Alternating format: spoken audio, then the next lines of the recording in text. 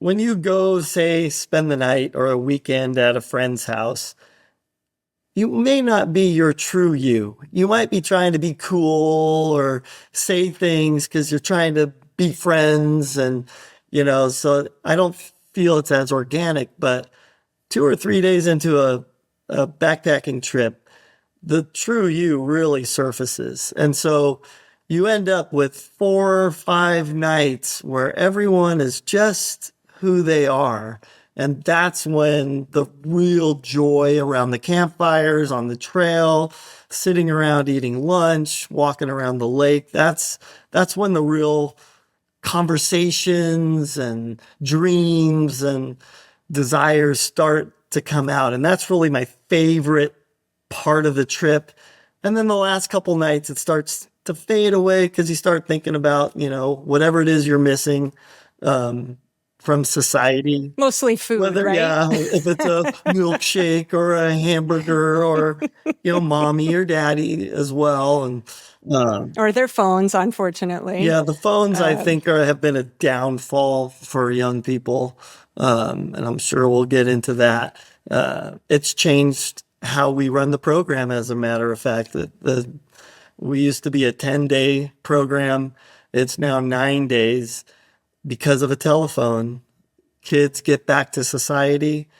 And when I was a kid, we'd get back to society.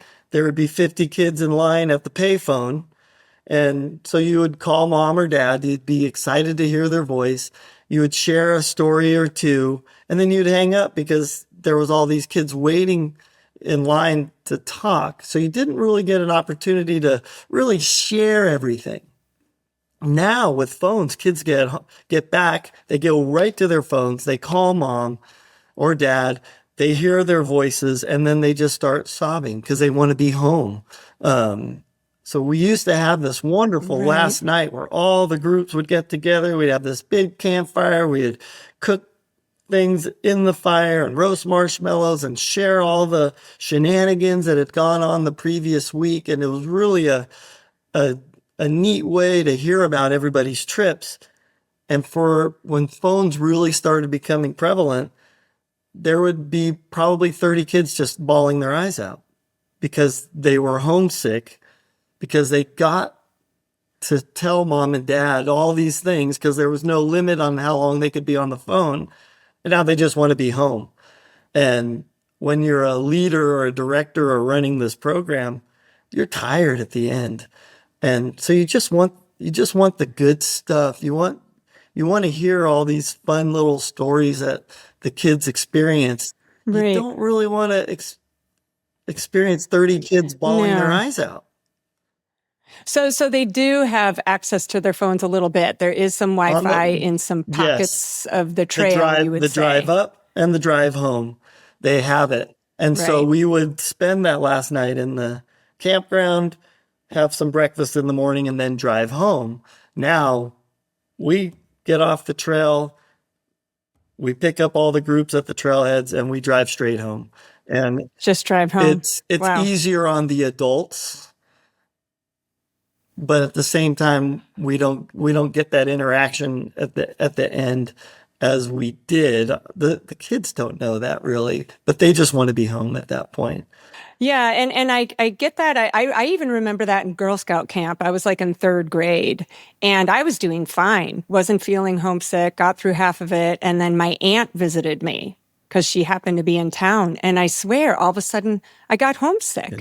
And it's like, where's this feeling coming from? I was doing fine, but now, and I think that kids need this. In fact, parents need it too, Agreed. Right? We need to practice being away from each other for so many reasons. Let's unpack that.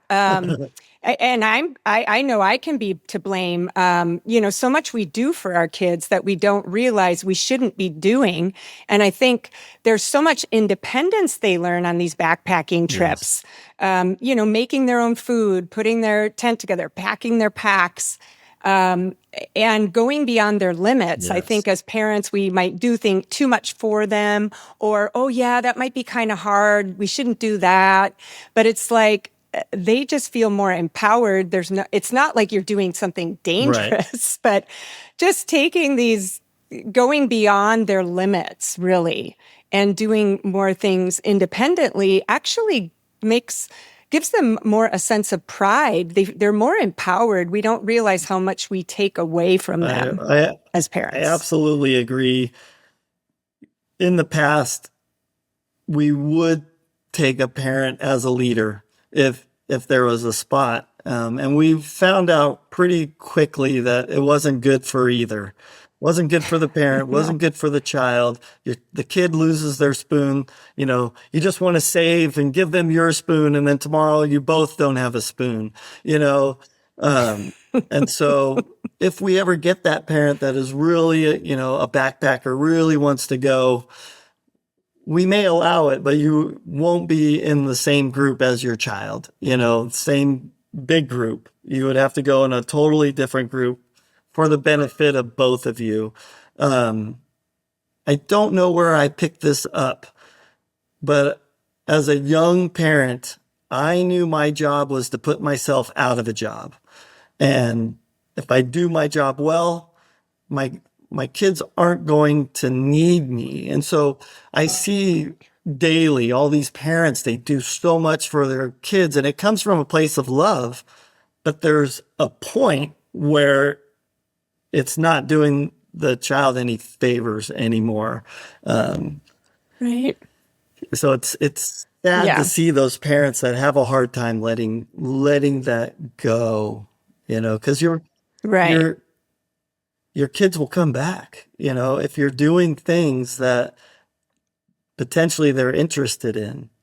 They're gonna stick around and come and be around because they want to be with you, not because they need something each and every time. Every minute. Yeah. And then even as parents, eventually they are going to be leaving the nest, and, Hopefully. They need to practice these times to become more independent and feel that confidence in themselves, and for parents to let go some of that anxiety as well. But I do think that's why a lot of kids are less prepared into adulthood when they don't have enough of these opportunities. That were probably more common than like summer camps. And that being said, it's like sports. Another thing that even for our family got in the way of even our son doing the backpacking trips was sports in the summer.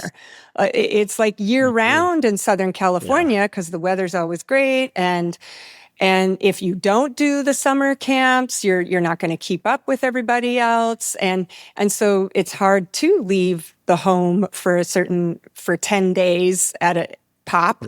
And we ran into that situation where Carson had done a backpacking trip, our son Carson, with you specifically, and they hiked all the way from Mammoth to Yosemite, which is probably a little over 50 miles, around 50 miles. We have a couple routes. Yeah, it's about 55 to 65 miles, depending on the route. Yeah, it might have been the longer. They wanted to take a more scenic route, but I know it was a week. And I do recall how he felt anxiety coming back late for practice because the fall sports start August 1st. And sure enough, he was kind of singled out on a few things to feel uncomfortable because you came late. And so it's really important for both students and parents to stand up to some of these coaches. Like, we need to be balanced too. It's like, you've got to understand this trip is very important.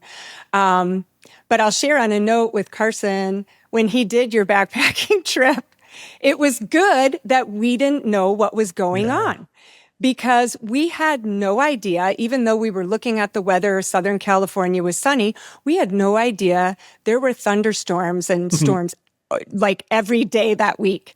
And these boys aren't sleeping in tents. They are sleeping under a tarp. So, of course, I would have been like, oh my gosh, I knew he should have brought a single tent, or, he must be miserable. He's probably getting sick and all these things. Thank God I didn't know that. And then he comes home and it's like, well, how'd it go? And then we hear all the stories. I'm like, did you do all right? He's like, it was great.